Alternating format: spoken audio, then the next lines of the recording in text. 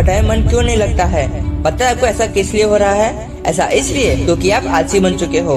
आप पढ़ भी रहे हो तो जबरदस्ती से, इसीलिए आपका पढ़ाई में मन नहीं लगता है। आप इतने हद तक आलसी बन चुके हो कि स्कूल से आते ही सीधा मोबाइल और तो और फिर पूरे दिन गेम खेलते हो या फिर पूरे दिन रील स्क्रॉल करते हो। अगर ऐसे ही चलता रहा तब बर्बाद हो जाओगे। आप कहीं के ना रहोगे, लोग धिक्कारेंगे, आगे जाकर खुद को कोसोगे, पछताओगे, क्योंकि जब मेहनत करने का टाइम था तब आप टाइम वेस्ट कर रहे थे। अब जरा आंखें बंद कीजिए और सोचिए, आने वाले 5 या 8 साल बाद आपके ही दोस्त आपसे आगे निकल चुके होंगे और आप पीछे, तब कैसा लगेगा? अपने आप को नापसंद करोगे और तो और अपने माता पिता को क्या जवाब दोगे? जिस तरह उन्होंने तुम्हारे ऊपर बिना किसी स्वार्थ के इतने पैसे खर्च किए हैं। असली सच्चाई तो ये है कि जब आप मुश्किल में होंगे तब कोई दोस्त नहीं आएगा बचाने के लिए, सब बहाने ढूंढेंगे, कोई भी तुम्हारी मदद करने नहीं आएगा। हाँ, मैं मानता हूँ कि सच्चाई कड़वी है, लेकिन यही सच है कि तुम्हें तुम्हारी मदद खुद करनी पड़ेगी। अब प्रेजेंट टाइम में वापस आ जाओ।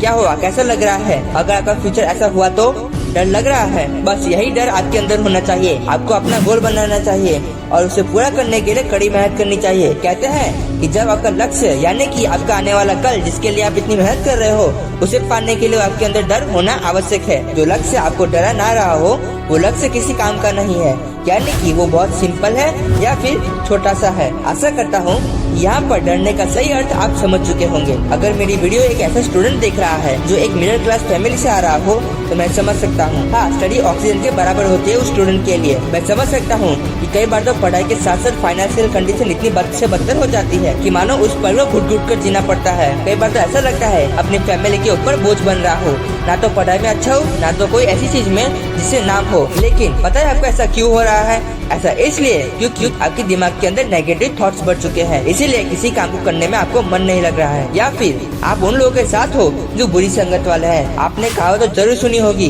जैसा राजा वैसी प्रजा। आप जिस एनवायरनमेंट में रह रहे हो वही खराब है, इसलिए आप कुछ कर नहीं रहे हो। आपका किसी भी चीज में काम करने का मन नहीं लग रहा है। मैं तो कहता हूँ अगर आप ऐसे ग्रुप में रह रहे हो तो छोड़ दो उस ग्रुप को। अगर आप अपनी जिंदगी की थोड़ी सी फिक्र करते हो तो किसी अच्छे स्टूडेंट के साथ उठना बैठना स्टार्ट कर दो, जहाँ पर कंपटीशन वाला माहौल चल रहा हो। अगर आपको ऐसा नहीं करना है तो मैं तो यही कहता हूँ कि सेल्फ स्टडी कीजिए। हाँ, पहले मुश्किलें आएंगी, लेकिन आप ये महसूस करोगे कि मैं कब से क्या कर रहा था, क्या बेवजह अपना टाइम वेस्ट कर रहा था। हाँ, तुझे मेहनत करनी पड़ेगी, हार्डवर्क करके ही नाम कमाना पड़ेगा। अब फिर से आंखें बंद कीजिए और सोचिए कि आज से लेकर आने वाले 5 साल तक आप कड़ी मेहनत कर रहे हो। बहुत सारी मुश्किलें भी आ रही है, लेकिन आप अपने आप को स्ट्रॉन्ग बना रहे हो। आपका माइंड सेट सिर्फ आपके गोल की तरफ है। आप इमेजिन करते रहिए कि आपके सारे गोल्स पूरे हो गए हैं। आप एक बड़े व्यक्ति बन चुके हो। आपने अपने खुद के पैसों से एक आलीशान बंगला लिया है जिसमें आप और आपकी फैमिली है। आपके पास एक खुद की लग्जरी कार है। आपकी खुशी का कोई ठिकाना नहीं है। आपकी आंखों में से खुशी के आंसू आ रहे हैं और तो और आप रियलाइज कर रहे हो और अपने पास्ट को देख रहे हो एंड अपने आप से ये कह रहे हो कि अच्छा हुआ जो मैंने मेहनत का रास्ता चुन लिया। अब फिर से प्रेजेंट टाइम में वापस आ जाओ। कैसा लग रहा है?